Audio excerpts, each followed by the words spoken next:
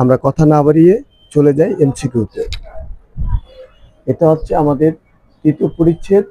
এই তৃতীয় পরিচ্ছেদে যে এমসিকিউ গুলো আছে আমরা সেগুলো এখন, এই যে আমাদের তৃতীয় পরিচ্ছেদ, এই তৃতীয় পরিচ্ছেদের অনুশীলনী যে এমসিকিউ গুলো আছে আমি সেগুলো এখন তোমাদেরকে সমাধান করে দেখাবো।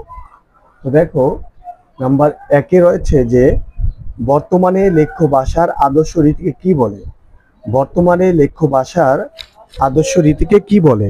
সাধুরীতি, লেখ্য রীতি, আঞ্চলিক রীতি, প্রমিত রীতি। এটা সঠিক উত্তর হচ্ছে প্রমিত রীতি।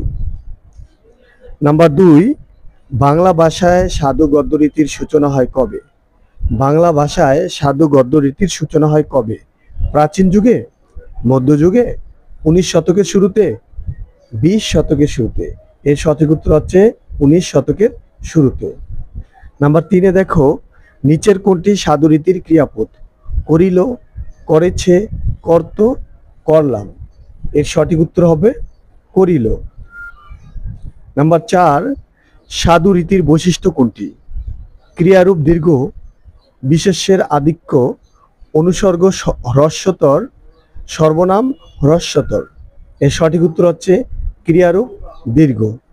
সাধু রীতির বৈশিষ্ট্য হচ্ছে ক্রিয়ারূপ দীর্ঘ।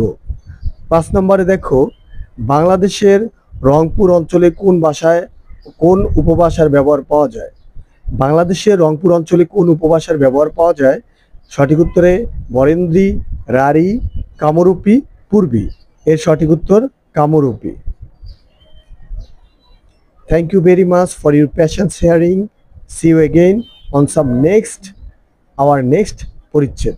আল্লাহ হাফেজ।